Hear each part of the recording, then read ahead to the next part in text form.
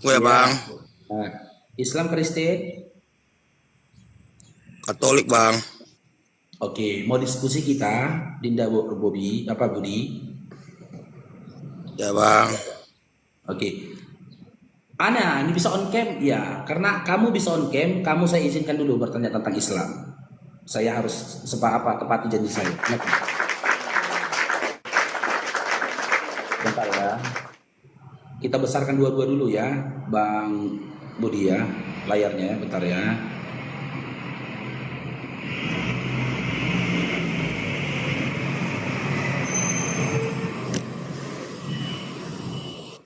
Yuk, kok jadi gini? Sebentar ya. Udah gini aja lah, kayak kan. Ya, silakan Bang Budi kalau mau bertanya tentang Islam silakan. Karena sudah on cam, saya beri Anda kesempatan bertanya dulu tentang Islam silakan. Bismillah. Itu bang, Apa itu? kalau Islam itu bang, cara mengenali Tuhannya gimana bang? Oke, bagaimana kami bisa mengenali Tuhan kami? Ya, dasar kami mengenal Tuhan kami itu melalui kitab yang kami imani, yaitu Al-Qur'an. Makanya Al-Qur'an itu masuk ke dalam rukun iman. Percaya pada Allah, percaya pada kitab-kitab termasuk itu Al-Qur'an. Nah, narasi-narasi yang kami kutip lah, yang kami baca di dalam Al-Quran, ya, yang menjadikan kami mengenal kepada Tuhan kami, di mana di dalam Al-Quran Allah yang kami sembah memperkenalkan dirinya dalam bentuk wahyu yang dibawa oleh malaikat Jibril alaihissalam kepada Nabi Muhammad SAW.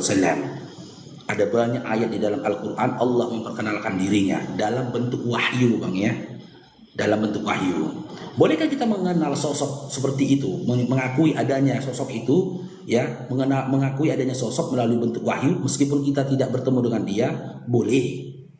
Analoginya gimana? Gini analoginya, Bang Budi. Abang, kan itu sering diceritakan oleh ayahnya abang, bahwasanya ayahnya abang punya seorang teman yang berpangkat jenderal di pihak kepolisian. Oke? Dari kepolisian udah, tapi ini tidak untuk ditiru teman-teman ya, tidak untuk ditiru. Oke, suatu ketika abang mengendarai sepeda motor, ya, abang di stop sama polantas, ya, dianggap melakukan pelanggaran. Terus abang iseng nih, aku buktikan dulu nih, ada nggak teman bapakku nih memang seorang jenderal. Abang telepon bapaknya abang, halo pak, ya, aku ditangkap ini di Jalan Sumarsono misalkan, bisa bapak teleponkan dulu teman bapak yang jenderal itu biar aku dibantu di sini. Oke, kata bapaknya abang. Udah. Nggak berapa lama kemudian pihak kepolisian itu bilang ke abang, kamu keluarganya bapak ini ya, disebut nama jenderal itu, jenderal ini ya. Terus abang bilang iya. Ya udah silakan jalan, bapak itu sudah nelfon aku tadi. Sekarang saya tanya, ketika bapak jenderal tadi menolong abang di lalu lintas, apakah abang melihat dia? Enggak. Oke, Enggak, jawab dulu bang, abang melihat dia atau tidak? di saat jenderal itu menolong, Iya, abang melihat dia enggak? enggak, Abang mendengar suaranya enggak? enggak, Tapi perbuatan dia nyata kan? Abang bisa ditolong dia kan dengan abang tidak ditangkap polisi kan? ya, Nah, begitulah cara kami mengenal Allah dalam bentuk wahyu yang disampaikannya ketika dia memperkenalkan dirinya. Apa dikenalkan dirinya? Dialah yang menciptakan langit dan bumi. Ada nggak langit dan bumi? Ada. Oke, dia yang mencukupi rezeki setiap makhluk. Setiap makhluk apakah mendapat rezeki? Dapat. Oke, dia mengatakan dirinya Esa. Apakah Allah itu Esa? Esa. Karena apa? Buktinya langit dan bumi satu. Tidak ada langit dua, langit tiga. Bumi ini ada bumi pertama, bumi kedua, nggak ada. Satu. Melalui sifat-sifat dia diperkenalkannya, diperkenalkannya di dalam Al-Quran dalam bentuk wahyu kepada Allah, kepada Nabi Muhammad SAW. Begitulah kami mengenal Allah. Karena dia tidak terlihat dan juga tidak terdengar suaranya. Bukan dia yang tidak mampu memperlihatkan dirinya, tapi makhluklah yang tidak mampu melihat dia, dan makhluklah yang tidak mampu mendengar suaranya tanpa melalui tabir. Apa pendapat? Silakan, pertanyaan kedua, Bang Budi. Jadi kan tadi kan Bang Ma'ruf bilang cara mengenal Tuhan itu dari kitab Al-Quran, Iya. pedomannya ya kan. Yang mengajarkan itu sama abang kira-kira siapa? Yang mengajarkan apa ini? Al-Quran itu tadi. Nggak, yang mengajarkan sama Bang Ma'ruf itu siapa kira-kira? Ya Al-Quran itu tadi, Allah dalam bentuk wahyu yang tertulis dalam Al-Quran. Nggak, maksudnya gini Bang. Maksudnya abang tahu itu dari Al-Quran itu dari siapa? Saya tahu dari Al-Quran itu dari siapa? Iya. Gitu. Iya. Ini dari Allah. Al-Quran kan wahyu yang disampaikan oleh Allah. Nggak, maksudnya abang nggak ada guru abang gitu atau nggak ada pembimbing abang? Oh, harusnya Bang bertanyanya gini. Cara abang bisa baca Quran itu bagaimana? Itu tadi pertanyaannya. Nggak, Iya maksudnya kan? gini, itu kan cara, iya maksudnya itu kan cara membaca. Iya, Setelah cara membaca kan abang memahami kan gitu, iya, ya kan? iya. Nah, apakah di situ abang mempunyai bimbingan atau mempunyai guru Iya untuk melalui guru. memahami sehingga abang meyakini, iya sehingga abang meyakini bahwasanya Al-Quranlah pedomannya mengenal Tuhan tadi kan gitu, Iya. Jadi gini Bang ya. ya kan bang? Berarti sebelum itu kita uji dulu Quran itu. Ya kan? Benar nggak itu firman atau wahyu dari Allah? Kita uji dulu kan? Jangan gini Bang, nanti kena kita. Jangan ngerokok Bang. Nggak, maksudnya kan gini bang, ini bang ya, abang kan gini, abang kan memahami Al-Quran itu kan pasti ada pembimbing dan gurunya, Betul. betul atau salah? Betul.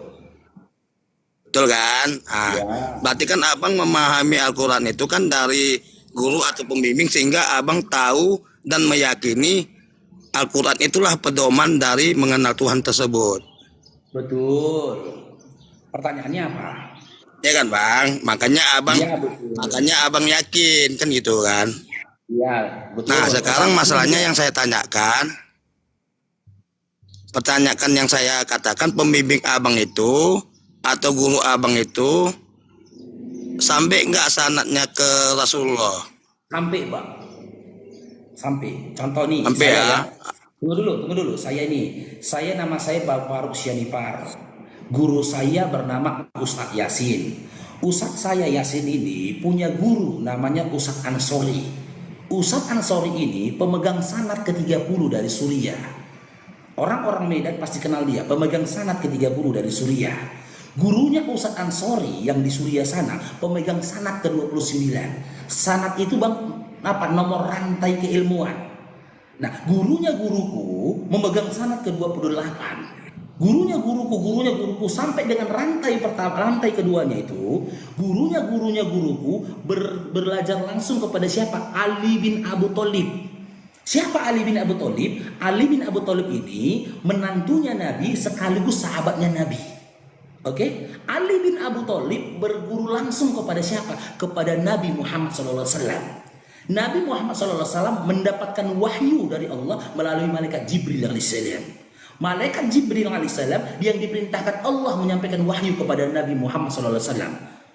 Kompleks Bang, rantai informasi dan keilmuannya. Kompleks.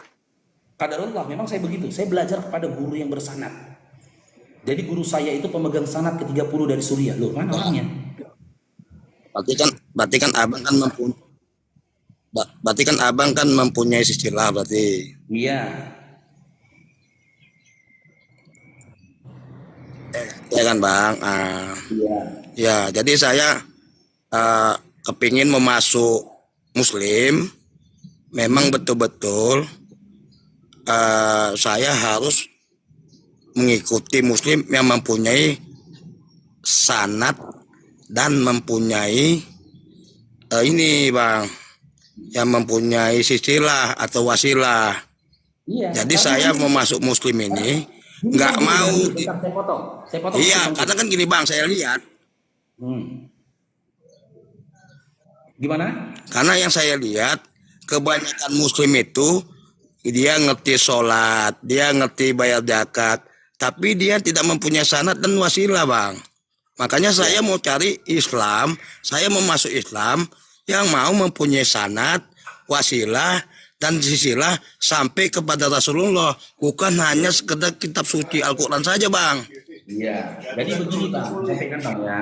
Sebelum abang memiliki keinginan seperti itu, ulama-ulama temporer juga, ulama-ulama terdahulu yang termasuk dalam tabi'in ini di generasi ketiga, kedua setelah generasinya sahabat pun sudah mengatakan begitu. Apa kata mereka? Ulama kita terdahulu mengatakan begini bang. Sanad itu bahagian dari Islam. Jika sanad tidak ada, niscaya orang-orang akan berbicara tentang Islam sesuai dengan isi kepalanya saja. Makanya tak sedikit kami umat Islam yang maaf cakap kelihatan BODOH, bodoh, ketika ditanya Al-Quran. Karena apa? Dia nggak berani ngarang bang. Umat Islam itu ketika ditanya tafsir tentang satu ayat dia nggak berani ngarang. Berbeda ya sama, maaf ya cakap ya teman-teman Kristen. Ketika ditanyakan tentang Yohanes 1 nomor 1 sama si A, dia akan menjawab seperti itu. Ditanya sama si B, dia menjawab berbeda. Ditanya sama si C, jawabannya berbeda. Tapi umat Islam ketika ditanyakan tafsir terhadap satu ayat, pemahaman ketika dia menjabarkannya sama semua penjelasannya. Karena apa? Karena ketika dia menjelaskan itu dengan disiplin ilmu yang dia dapat dari gurunya. Di mana gurunya ini berguru pada gurunya sampai kepada Nabi Muhammad SAW. Bahkan Nabi kami pun, ya Nabi Muhammad SAW itu memberikan anjuran perihal kepada siapa di antara sahabatnya untuk belajar Quran. Ada 5 nama bang. Ubay bin Ka'ab, Ibnu Mas'ud, Utsman bin Affan, Ali bin Abu Thalib, kalau nggak salah satu lagi ini Abdurrahman bin Auf. 5 nama ini bang. Padahal sahabat Nabi banyak. Nabi mengajarkan begitu, kalau mau belajar Quran, belajarlah kepada Ali, Ibnu Mas'ud, Zaid bin Sabit, Utsman bin Affan, gitu loh. Dia sebut langsung namanya. Nah, ketika itu sahabat Umar ibnu Khattab dan yang lain itu tidak berkata Abu Bakar As-Siddiq. Nah, ini yang kelima, Abu Bakar As-Siddiq. Gitu loh. Itulah jalur bang kalau belajar tentang Quran. Nah, kalau kamu belajar tentang hal yang lain, contoh nih tentang strategi dalam berperang. Belajarlah kamu kepada Umar dan belajarlah kepada Khalid bin Walid. Semua itu punya jurusannya masing-masing. Maka rantai sanad ini tadi, dari keguruan ini tadi, dari nama-nama sahabat yang telah ditetapkan dan ditentukan oleh Nabi Muhammad Sallallahu Alaihi Wasallam. Kalau ada umat Muslim, sedikit lagi bang, kalau ada umat Muslim, dia dikatakan memahami tafsir Quran. Apakah kau bersanad? Iya. Sanadmu itu sampai kemana? Kepada Umar ibnu Khattab kata dia. Berarti dia nggak ngerti sanad. Ditanya sama dia, sanad gurumu itu sampai ke siapa? Dia bilangnya sampai kepada Umar ibnu Khattab kata dia. Padahal disiplin ilmu yang ditanyakan tentang penafsiran Quran, pemahaman Quran, kan gitu. Tapi dia katakan melalui Umar ibnu Khattab, berarti dia ngarang. Karena nama itu tidak direkomendasikan oleh Rasulullah SAW.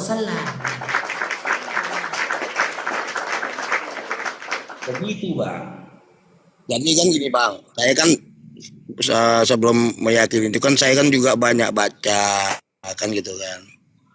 Karena saya banyak baca, jadi saya nih otak saya nih agak pusing juga kan. Karena gini, kalau seandainya lah saya Islam kan gitu kan, saya dengan Nabi Muhammad saya nggak pernah ketemu, nggak pernah jumpa. Yang saya baca lah nih kan, sama sahabat pun saya nggak pernah jumpa. Sama kalau nggak salah ada namanya tabiin ya bang. Ya. Nah,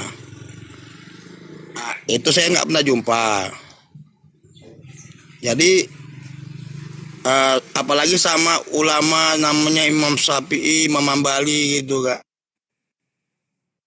Saya juga nggak pernah jumpa kan gitu kan.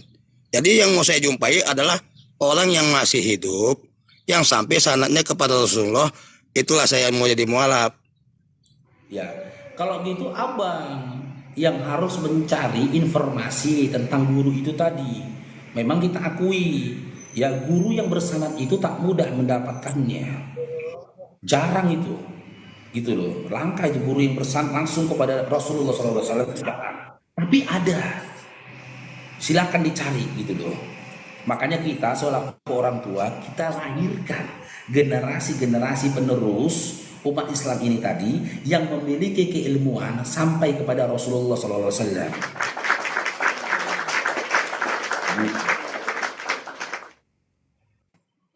Ya Bang Budi, sekali lagi Oke, saya Bang tanya, Magub, Abang makasih banyak informasinya ya. Saya rencana mau masuk Islam. bukankah Abang memang sudah Islam? Belum Bang, saya Islam KTP Bang. Saya belum Islam. Islam KTP itu gimana maksudnya?